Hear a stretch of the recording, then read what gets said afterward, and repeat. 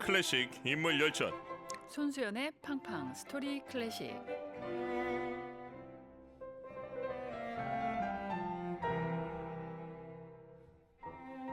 사랑하면 알게 되고 알게 되면 들립니다. 클래식 음악사의 한 획을 그은 특별한 연주자와의 만남.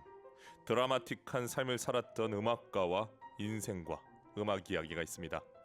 매주 금요일 클래식 연주자들의 영화 같은 인생 이야기를 들려주실 음악평론가 손수연 교수님, 안녕하십니까? 안녕하세요. 반갑습니다. 잘 지내셨습니까? 네, 잘 지냈습니다. 오늘은 약간 그 대학원생 같은 느낌이 살짝 드네요. 네, 그런 말 많이 듣습니다. 여러분, 제가 대신 사과드리겠습니다. 자, 그 이제까지 우리가 다룬 인물들, 마리아 칼라스, 레나타 테발디, 네네. 주세페 디 스테파노, 여기에 이제 오늘 또 한 명의 테너를 데려오셨는데 네네. 앞으로 끼지 못하는 분들이 좀 섭섭할 수 있을 것 같아요. 네, 앞으로 다 이제 소개를 해드리겠지만 네. 일단은 정말 세계 음악사에서 가장 중요한 분들부터 빨리빨리 소개를 해드리겠습니다. 네. 알겠습니다. 오늘 만나게 될 인물, 테너, 어떤 사람입니까? 네, 그동안에는 이제 이탈리아 음악 중심으로 그렇죠. 성악가들 중심으로 소개를 해드렸는데요. 오늘은 독일의 성악가입니다. 미성의 테너 프리츠 분덜리히를 소개해드리겠습니다. 프리츠 분더리히를 생각하면 저는 뭐 너무 많은 곡들이 떠오르는데 물론 마술피리 네, 왕자 역할. 정말 최고고 가곡도 잘 불렀습니다. 가곡을 너무 잘 불렀죠. 네. 예, 근데 독일 가곡은 뭐 말할 것도 없고 심지어 이탈리아 가곡과 스페인 가곡도 너무 잘 불렀어요. 저는 그라나다를 잊을 수가 없어요. 그렇죠. 어쩜 이렇게 잘하는지. 저는 처음에 그 앨범을 듣고서 이 사람은 분명히 이탈리아 사람이다라고 생각했는데 세상에 독일 사람. 독일 사람이더라고요. 독일의 메조소프라노 크리스탈 로드비히는 단점이 없는 성악가라고 이야기를 했고요. 테너 롤란도 비아소는 그의 목소리는 하늘의 목소리, 그냥 최고의 목소리라고 극찬했습니다. 정말 모든 사람들이 이 칭찬 일색인데 어떻게 그 뭐랄까 비평의 황제 우리 손수연 교수님 어떻게 생각하십니까? 네, 저도 완전히 동의합니다. 20세기 또 21세기를 통틀어서 가장 아름답게 노래하는 테너를 꼽으라면 이 프리츠 분덜리를 들 수 있겠습니다. 네. 오늘은 이 독일 출신의 프리츠 분덜리히의 아름다운 목소리 또 짧은 인생에 대해서 얘기를 나눠볼 텐데요. 1990년 인터뷰에서 루치아노 파바로티도 역사상 가장 아름다운 또는 뛰어난 테너가 누구냐고 생각했을 때 파바로티는 프리츠 분덜리히라고 대답을 할 정도로 이 사람은 후대 성악가 또 동시대 성악가들한테 굉장히 인정을 받는 성악가입니다. 가장 이상적으로 노래하는 가수라는 평가를 들었던 사람입니다. 아주 모범적인 가창을 했던 사람이고 또 태도가 굉장히 친근해서 많은 사랑을 받았다고 생각합니다. 근데 이 부분은 제가 좀 짚고 넘어가고 싶은데 루치아노 파바로티 하면 우리 지구상에 이탈리아 계보를 이어가고 있는 성악가 중 한 명 아닙니까? 그렇죠. 그런데 이 성악 종주국인 오페라 종주국인 이탈리아에서 독일의 테너가 가장 뛰어나다 얘기하는 게 좀 문제가 있는 거 아닙니까? 문제까지는 없고요. 네. 제가 볼 때는 그럼 뭐가 있나요? 문제가 아닌 뭐가 있나요? 문제라기보다는 네. 이제 뭐 이탈리아 스타일의 가창하고 또 네. 독일 스타일의 가창이 좀 약간 내는 방식이 서로 다르잖아요. 네. 그런데 제가 볼 때는 파바로티가 보기에는 분덜리히는 약간 본인은 내부적으로는 어땠는지 모르겠지만 듣는 사람은 이 사람은 왜 이렇게 힘을 안 들이고 편안히 노래를 하지? 아무 어떤 어려움이 없나 봐 이런 느낌을 받거든요. 그러니까 성악가들이 사실 제일 추구하는 건 그거잖아요. 남들한테 들을 때 굉장히 편안하게 들리는 것. 근데 그것을 뭐랄까 거의 도달했던 사람이 분덜리히였기 때문에 아마도 파바로티도 뭐 파바로티가 어떤 부분에서는 분덜리히보다 뛰어나다고 할 수 있지만 노래를 정말 가장 편안하고 아름답게 한다는 점에서 아주 정말 최고의 테너다 이렇게 평가하지 않았을까 싶습니다. 저는 좀 걱정이 되는 게 네. 파바로티가 지난번에 스테파노를 좋아한다고 해서 아버지에게 뺨따기를 맞았다고 얘기하지 않았습니까? 근데 이번에는 분돌리 좋아하면 남은 뺨도 아버지한테 맞을까봐 살짝 걱정이 되는데요. 다행인 거는 이제 네. 1990년에 꼽았기 때문에 이미 네. 아버님은 돌아가신 이후여서 아, 더 이상 화내지 않으셨겠죠? 예. 그리고 아마 아버님 세대 때는 이 분덜리히란 테너를 그렇게 뭐 명확하게 아시기는 어려웠을 것 같아요. 이제 후대에 나온 아마 분덜리히하고 파바로티하고 나이가 파바로티가 조금 더 어리죠. 어리고 분덜리히가 조금 더 나이가 많다고 볼 수 있는데 어찌 됐거나 이 분덜리히의 가창은 모든 성악가들한테는 뭔가 워너비 저렇게 노래하고 싶다라는 그런 모범이 되지 않았나 생각합니다. 알겠습니다. 이렇게 또 제가 예능적으로 질문했으나 다큐로 답해 주셔서 네. 감사합니다. 자, 분덜리시의 모든 능력이 빛을 발하는 무대는 어떤 무대인가요? 이제 분덜리 목소리는 이렇게 뭐 우리가 제가 이탈리아 테너 얘기할 때 막 트럼펫 같다 막 뭐 얘기하잖아요. 근데 이 사람의 목소리를 다른 것에 비유하자면 크리스탈 정말 맑은 크리스탈 같은 목소리라고 생각할 수 있고 네. 또 굉장히 정교한 그런 딕션이 있잖아요. 그래서 또 굉장히 또 악곡에 대해서는 지적으로 또 열정적으로 해석을 하기 때문에 이제 후에 만나는 이 분덜리히의 예술적 멘토이기도 했던 피아니스트 후베르트 기젠의 반주랑 함께 어떤 슈베르트 또 슈만의 가곡에서 특히 탁월하게 빛이 나죠. 뭐 지금 정근 교수님께서도 얘기를 해주셨지만 가곡에 있어서는 사실은 이 사람의 해석을 따를 사람이 없다 테너 중에서 뭐 이런 이야기들도 많이 나오니까요. 그리고 오페라에서 분덜리히는 처음에는 모차르트랑 관련해 가지고 어떤 뛰어난 젊은 테너의 출연이다 이렇게 해서 환영을 받았다가 점차 이제 리릭 테너로 레퍼토리를 확장하려고 했습니다. 네. 제가 이렇게 레퍼토리를 확장하려 했다라고 말씀을 드리는 이유는 안타깝게도 분덜리히가 35살의 젊은 나이로 세상을 떠났기 때문입니다. 정말 이 부분이 이 세계 클래식계 얼마나 손실입니까? 큰 손실이죠.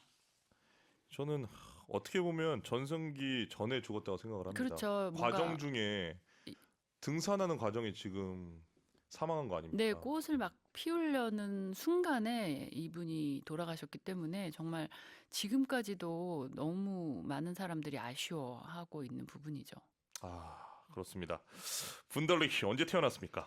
네, 분덜리히는 1930년 9월 26일 날 독일 서부에 있는 쿠젤이라고 하는 작은 도시에서 태어났습니다. 네. 아버지 파울은 군악대 지휘자이자 쿠젤의 음악협회 회장이었고요. 어머니 안나는 바이올리니스트였는데요. 분덜리히가 태어날 즈음에 이제 세계적인 경제 대공황이 몰아닥치면서 이 가족의 삶이 어렵게 됩니다.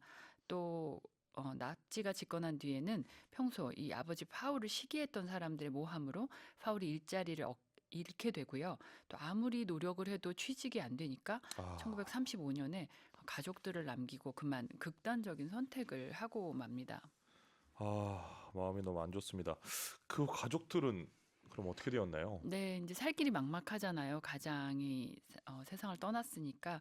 그래서 이 분덜리히의 어머니는 딸 마리안네 또 아들 분덜리히 프리츠를 데리고 어떤 변두리의 노동자 거주 지역으로 이사를 하게 됩니다. 그래서 어릴 때부터 이제 안나도 음악가였기 때문에 악기를 많이 배워서 또 아이들에게 가르쳐 가지고 시골 마을 축제, 뭐 결혼식 이런 데를 이제 가리지 않고 돌아다니면서 바이올린, 아코디언 또 뭐 피아노, 프렌치온 뭐 이런 것들을 막 연주해서 그런 공연 그런 장소에 가서도 이제 돈을 벌면서 겨우 굶주림을 면할 정도로 이제 돈을 벌었다고 그러고요.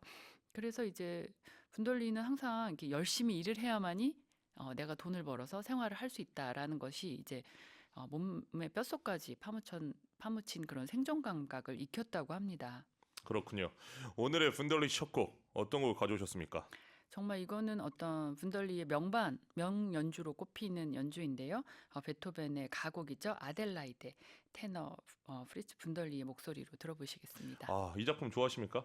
네, 저는 굉장히 사랑스럽다고 생각합니다. 베토벤의 음악들이 사실 굉장히 뭐랄까 진지하고 엄격한 것들이 많잖아요. 네. 근데 이 작곡가가 어떻게 이렇게 말랑말랑하고 서정적인 노래를 썼을까? 근데 생전에 베토벤도 이걸 굉장히 마음에 들어했대요. 자기 스타일이 아니고 내가 이거 어떻게 썼지? 이런 생각 하지 혹시 않을까요? 이거 저는 들을 때마다 생각하는데 제자가 쓴 게 아닐까요? 그건 아무도 알 수 없죠. 과거에 뭐 예. 베토벤의 뭐 기보를 대신해 주던 뭐 여자 제자 뭐 이런 예. 어떤 다양한 그런 허구와 가미된 스토리들이 많잖아요. 썰이 많잖아요. 네, 많은데 저는 항상 들을 때마다 어떻게 이 사람이 이런 감성의 노래를 썼지? 이런 생각을 많이 할 정도로 아주 다정하고 사랑스러운 곡 아델라이데인데 분덜리 목소리하고 너무 잘 맞습니다. 함께 들어보시면 좋겠습니다. 자, 그럼 여기서 베토벤의 아델라이데, 테너 프리츠 분덜리히, 피아니스트 후베르트 기젠의 연주로 듣겠습니다. 베토벤의 아델라이데, 테너 프리츠 분덜리히, 피아니스트 후베르트 기젠의 연주로 감상하셨습니다. 참 오늘 분덜리히 아델라이데를 다시 한번 들으니 베토벤은 대단한 작곡가네요. 네, 베토벤은 대단한 작곡가고 네. 이 음악적 감성을 살려낸 이 프리츠 분덜리히가 대단한 성악가다 이렇게 생각이 됩니다. 이제 오늘 4월에 첫 주에 찾아뵙게 돼서 제가 일부러 이 아델라이데 같은 그런 약간 봄날의 벚꽃 같은 그런 음악을 골라서 가져왔습니다. 네. 만약에 베토벤이 살아 있어서 프리츠 분덜리히가 이 노래를 부르는 걸 봤다면 정말 좋아했을 것 같아요. 너무 좋아했겠죠. 자기가 작곡한 곡을 이렇게 잘 살려주는 독일의 음악가를 만났다는 건 사실 작가로서는 어떤 작곡가 아니면 창작자로서는 가장 기쁜 일이 아닐까요? 자기의 어떤 이상을 잘 실현해주는 그런 아티스트를 만나는 게. 현대에 있는 사람으로서 또 전공한 예술가로서 이 정도면 솔직히 프리츠 분덜리히가 베토벤을 뛰어넘은 거 아닙니까? 그건 잘 모르겠어요. 안 넘어오시네요. 네, 아니 요즘 이렇게 진지하게 갔으면 한 번 정도 좀 와주셔야 되는 거 아닙니까? 아니 저를 한번 딱 보더니 진지하게 얘기를 하시길래 넘어가지 말아야 되겠다 이렇게 생각을 했는데 이 각자의 영역이 있기 때문에 네, 작곡가는 작곡가대로 또 연주자는 연주자대로 자신의 영역에서 최대한 기량을 발휘했다 이렇게 말씀드려야죠. 삶을 이렇게 재미없게 삽니까? 저 말씀 아닙니다. 자, 넘어가도록 하겠습니다. 그 많은 분들이 메시지를 주시더라고요. 저희 방송 때. 우리 둘이 티키타카가 네. 이렇게 재밌을 수가 없다고 다들 미치겠다는 지금 메시지가 많이 옵니다. 아니 정경 교수님 덕분입니다. 저를 잘 받쳐주시는 교수님 덕분입니다. 그러니까 다 대부분 저한테 뭐라고 하는 메시지입니다. 왜 네. 교수님한테 이렇게 그러냐, 그러지 말아라. 근데 그 깊은 뜻을 아시죠? 잘 모르겠는데. 자, 이번에도 안 받아주셨습니다. 자, 모르는 걸로. 자, 이렇게 노래를 잘했지만 프리츠 분덜리히 성악가로서 탄탄대로를 걸은 건 아니지 않습니까? 네, 처음부터 막 엄청난 스타 탄생 이런 건 있었던 게 아닙니다. 그리고 특히 분덜리 어머니는 생활이 너무 어려우니까 아들이 이제 요즘 부모님하고 똑같은 것 같아요. 아들이 공무원이 돼서 이제 월급을 따박따박 타면서 그렇게 안정되게 생활하기를 바랬다고 합니다. 저희 어머니도 그러시죠. 저한테 그 음악 교사 네, 뭔가 공무원이 선생님, 됐으면 좋겠다고. 공무원 이렇게 이제 월급이 다달이 이렇게 딱 나오는 그런 안정적인 직장을 갖기를 어머니 너무 바라셨대요. 어머니가 아마 아이들 데리고 너무 힘들었으니까 그러지 않았을까 싶은데. 아버지도 안 계시고. 그렇죠. 네. 근데 이제 분덜리는 젊었을 때부터 아주 다양한 그룹에서 가벼운 음악들을 막 연주하고 다니고 또 음악 관련된 활동들을 했다고 합니다. 그리고 또 1950년부터 55년까지는 프라이부르크 음악대학에서 호른 그리고 성악을 동시에 공부하게 되고요. 또 대학 다니는 동안에는 학비를 벌기 위해서 뭐 여러 가지 아르바이트, 온천장의 그 휴양지에 가서 무도회장 밴드에서 또 트럼펫, 아코디언 그런 어떤 유흥을 아니면 여흥을 위한 악기 연주 뭐 이런 거를 가리지 않고 또 노래도 하고요. 아주 다양한 아르바이트를 섭렵하면서 공부를 지속해 나갔다고 합니다. 전문용어로 오브리라고 하죠. 네, 오브리, 예. 오브리를 띄웠다 야. 이렇게 얘기하죠. 테너 프리츠 분덜리히도 오브리를 띄웠다는 사실이 참 네, 뭐랄까 인간적이네요. 그렇고 뭐 성악만 한 게 아니라 네. 뭐 아코디언 뭐 다양한 그런 악기들을 다 가벼운 악기들을 다루면서 그런 어떤 휴양지에서 손님들을 위한 아르바이트를 했으니까 참 고학했다 이렇게 이 말씀드릴 정도면 수 있죠. 거의 태양의 서커스 아닙니까? 그렇죠. 안 한 게 없습니다. 네, 아코디언에 호른에 네. 타악기에 노래, 트럼펫 이런 이야, 것까지 다 했습니다. 트럼펫까지. 네. 그 트럼펫하고 호른은 피스를 불면 목이 안 좋은데 제가 군악대에서 해봐서 알거든요. 근데 그런 걸 가릴 처지가 아니었던 것 같습니다. 이야, 진짜 대단합니다. 자, 프리츠 분덜리히 성악가로서 정식 무대에 오른 건 언제인가요? 공식적으로는 1954년에 이제 프라이부르크 대학 공연에서 모차르트의 마술피리에서 타미노 왕자 역할로 이제 처음 오페라 무대에 서게 되고요. 또 1955년에 슈투트가르트 비르텐베르크 국립오페라단의 소속 가수가 됩니다. 이제 이미 노래는 잘한다고 인정을 받았던 것 같아요. 그래서 첫 공연인 오페라 루치아에서는요 조역을 맡아서 사실 별로 존재감이 없었는데요. 근데 여기서 또 이제 교수님이 태클이 들어오실 것 같은데 몸이 좋지 않았던 극장의 간판 테너 요제프 트락셀의 대타가 됩니다. 정말 이 대타 요거는 좀 레파토리를 바꿔야 됩니다. 네. 아니 이거는 항상 대타로 나옵니다. 항상 대타.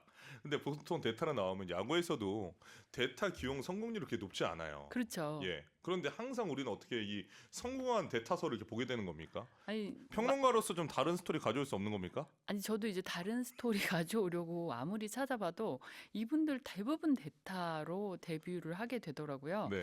그래서 이게 뭐지 이게 공식인가 이런 생각을 저도 하는데 갑자기 드는 생각인데 대타 클래식 이렇게 해서 책 내도 재밌겠다. 그러면 너무 많은 음악가들이 다 대타로 특히 성악은 네. 예, 기악도 뭐 그런 경우 우리 조성진 피아니스트도 뭐 베를린 필하고 그렇게 해서 협연을 하게 되기도 하고 막 이러는데요. 네. 이 특히 성악 같은 경우에는 오페라의 레파토리를 다 알아야 하기 때문에 사실 대타하기가 쉬운 건 아닌데도 수많은 성악가들이 대타로 데뷔를 하게 됩니다. 그래서 또 한 번의 이제 대타 전설이 여기서 이루어지게 되는데 네. 또 생각해 보면은 사실 누구나 그런 무명의 신인한테 코끼를 막 깔아주진 않잖아요. 정말 그러다 보니까 그리고 당시에는 뭐 요즘 같은 오디션 프로그램이나 콩쿨이 막 있었던 것도 아니어서 신인을 발굴하기가 상당히 어려웠는데 그때 이제 주변에서 준비된 신인을 눈여겨 보던 사람들이 이 사람들을 이제 무대에 올려서 다시 한 번의 스타 탄생을 이끌어낸 게 아닌가 이런 생각이 들죠. 어떻게 보면 가장 이 변동성이 심한 악기가 성악이잖아요. 그렇죠. 감기도 있고 뭐, 또 네, 뭐 컨디션에 따라서 컨디션에 따라서 그렇고 여러 가지 부분들이 노출이 되어 있기 때문에 어떻게 보면 이 대타라고 우리가 웃으면서 이야기를 했지만 이 시스템 덕분에 정말 많은 대가들 우리가 탄생하게 되고 스타들을 만들게 되고 지금까지 이어온 것으로 봤을 때는 이 시스템은 참 좋은 시스템인 것 같습니다. 그렇죠. 이게 뭐 나중에 또 말씀드릴 기회가 있겠지만 우리나라 최초의 오페라 라트라비아타 춘희를 초연했을 때 두 분의 캐스트가 비올레타 여주인공 역으로 했는데 한 분이 너무 잘하고 싶어서 매일 날계란을 막 정말 노래 한 곡 할 때마다 삼키다가 그만 배탈이 나서 못 서게 됐어요. 그럼 대타. 사실은 네, 대타가 와야 맞잖아요. 네. 근데 우리나라의 전설의 소프라노 김자경 선생님은 그 공연을 모두 10회 공연을 본인이 다 소화하는 대타를 받아들이지 않고 대타를 받아들이지 않는 그런 어떤 그러니까 준비 분명히 대타를 할 만한 소프라노가 있었을 테지만 그런 기회가 또 돌아오지 않는 경우도 있기 때문에 정말 어떤 영화 같은 어떤 데뷔 스토리가 펼쳐질 때는 그런 운대가 다 맞춰줘야 된다고 생각합니다. 와 단독 프리마돈나로 비올레타를 하셨군요. 네, 거의 10번을 거의 하루에 2번씩 야 네, 공연을 하셨다고 합니다. 그때 자료가 남아 있나요? 네, 남아 있어서 네. 제가 이제 곧 말씀드리겠지만 네. 그거 발굴하는 작업을 지금 제가 하고 있는데 예. 이렇게 정말 내가 대타로 오르고 싶어도 원래 주역으로 정해졌던 성악가가 잘해버리면 못하게 되는 거잖아요. 근데 여기에는 생각지도 않았던 그런 기회들이 내 앞에 오고 또 그 운명의 기회를 딱 놓치지 않고 잡는다는 점에서 이 사람들이 정말 뛰어난 예술가가 될 만하다 이렇게 생각할 수 있죠. 그렇군요. 다시 프리츠 분덜리시로 가겠습니다. 분덜리시가 노래를 했을 때 아까도 잠깐 우리가 리트 얘기를 했지만 오페라 아리아처럼 마치 독일가고 부른다라고 평가하는 지금의 한국의 손수연 교수님처럼 그때 당시에 평론가들이 있었나 봐요. 굉장히 그런 비난을 많이 받았대요. 그러니까 분덜리가 막 어느 하나 손댈 데 없이 아름다운 음색이지만 리트하고 오페라 아리아는 너무 다른데 아니 도대체 저 사람은 왜 자꾸 리트를 오페라 아리아 같이 감정에 넘쳐가지고 그리고 이제 분덜리 목소리 자체가 화려하잖아요. 화려하고 애조라고 할까요? 그런 애상적인 게 굉장히 강한데 독일 가곡에서는 그런 부분을 많이 죽이는 그런 것들이 필요한데 이분은 그러니까 분덜리 너무 그 애상적인 게 넘쳐나니까 리트를 아리아처럼 자꾸 부른다는 그런 비난을 받고 본인도 고민이 굉장히 컸다고 합니다. 그 고민이 막 컸을 때 아주 절친한 친구였던 바리톤 헤르만 프라이가 어떤 사람을 만나보라고 권유를 해주게 됩니다. 누굽니까? 쾰른 출신의 피아니스트 후베르트 기젠이라는 분입니다. 기젠에게 그럼 도움을 받아서 네네네. 좀 나아졌나요? 나아진 정도가 아니라 정말 음악가로선 한 2-3단계 업그레이드 된다 이렇게 볼 수 있을 것 같아요. 목소리가 굉장히 자연스러워졌고 또 어떤 그 독일의 언어, 그 독일의 시어에 맞춰서 소리를 내는 방법을 배웠고요. 그리고 또 정말 굉장히 균형 잡힌 그런 빛나는 깨끗한 목소리로 발전을 하게 되고요. 또 이 기재는 분더리히에게는 아버지 뻘이었는데요. 정신적으로나 지적으로나 예술적인 면에서 큰 멘토가 되어줍니다. 그 헤르만 프라이 하면 디트리히 피셔 디스커와 함께 또 바리톤의 양대 산맥이지 그렇죠. 않습니까? 독일 오페라 양대 산맥이죠. 그런데 디스커 하면 아무래도 리트에 더 강점이 있고 프라이 하면 헤르만 프라이 하면 오페라에 또 강점이 있는 사람 아닙니까? 네네. 어떻게 보면 제가 봤을 때 전공자 입장에서 봤을 때 프리츠 분덜리히와 굉장히 유사한 면이 있는데 또 친구로서 조언을 또 해줬네요. 네, 굉장히 친했고 지금 어. 말씀하신 대로 프라이는 그 오페라에서 많은 연주 활동을 했기 때문에 네. 이것도 바리톤이니까 굉장히 익살스러운 연기들도 잘했고요. 그래서 그 분덜리히는 테너니까 뭐 왕자 역할, 그리고 또 프라이는 바리톤으로서 뭔가 왕자를 보좌하는 그런 약간 피가로 같은 네, 역할. 피가로 같은 역할, 네. 뭐 이런 것들을 하면서 두 사람이 콤비로 출연을 많이 한 것 같습니다. 그래가지고 또 실제로 둘이 같이 공연을 한 음반도 남아 있는데요. 이제 거기에서 보면은 아마 이 사람들이 굉장히 친해서 더 시너지 효과가 났구나 이런 생각을 들 수 있죠. 아, 그렇죠. 아마 프라이가 아니었으면 모르겠습니다. 분덜리히가 죽었기 때문에 사망했기 때문에 정확하게 남아있지는 않을 테지만 말을 듣지 않았을 수도 있을 것 같습니다. 그렇죠. 예. 친한 친구였기 때문에 그 조언을 그대로 받아들이지 않았을까? 그런 생각도 하죠. 알겠습니다. 자, 기젠과의 만남 이후 명반이 있다고 들었습니다.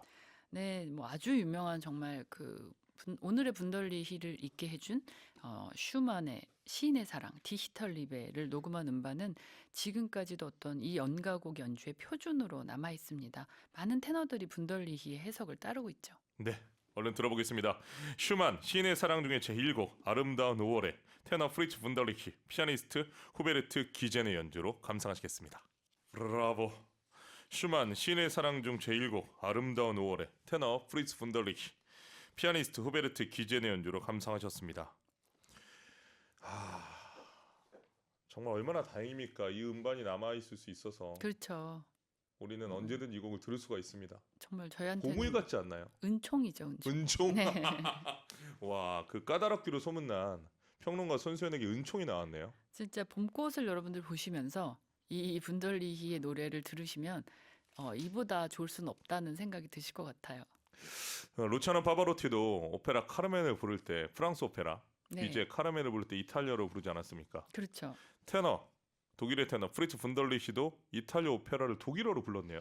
네, 그게 지금으로서는 너무 이상하다, 공부 안 한 거 아니야? 이렇게 네. 생각하실 수 있는데, 분덜리히의 시대에는 많은 독일 극장에서 원어가 아닌 그런 현지어로 공연을 많이 하는 게 유행이었다고 합니다. 그래서 베르디 오페라 라트라비아타, 또 세비야 이발사 같은 로시니 그런 이탈리아 오페라들도 독일어로 번역이 되고요. 또 그렇게 녹음이 됐습니다.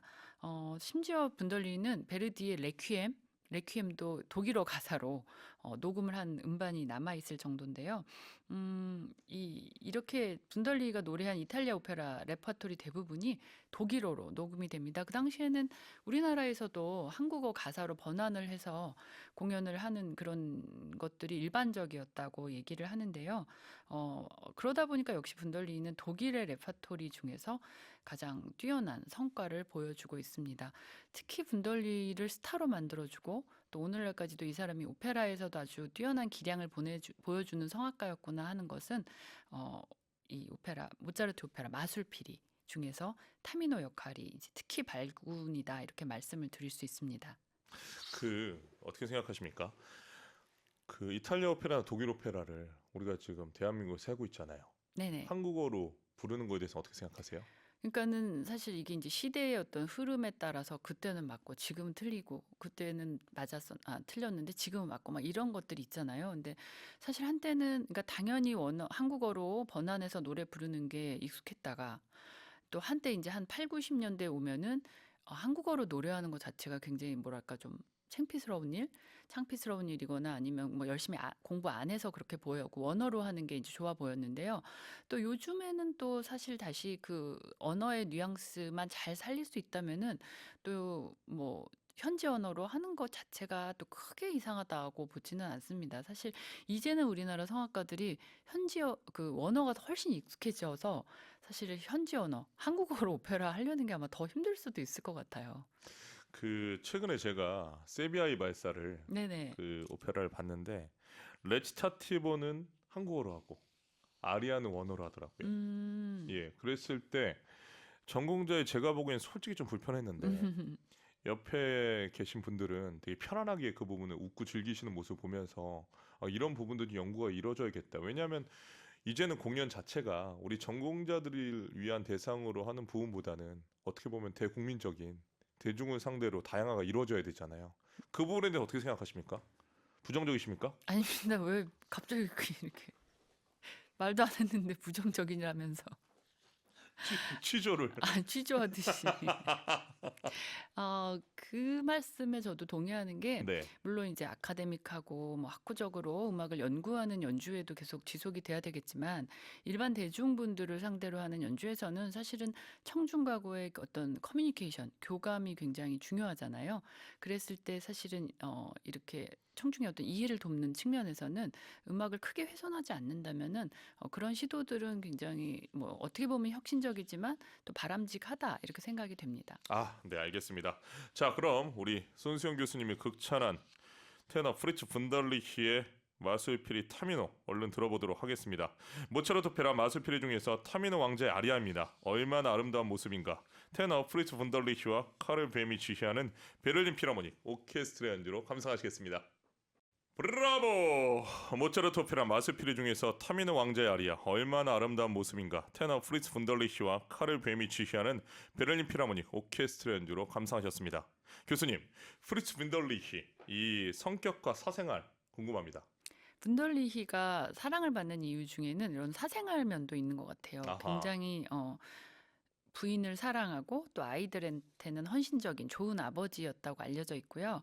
특별한 종교는 없었다고 알려져 있지만 대신에 이제 어떤 고향의 자연에서 휴식을 취하는 데서 어떤 영감을 얻고 마음을 다잡는데 어, 그런 효과를 봤다 이렇게 말씀을 드릴 수 있습니다. 그래서 분덜리는 지금 오페라나 독일 가곡에도 많은 명반을 남기지만 종교 음악에서도 아주 뛰어난 기량을 발휘합니다.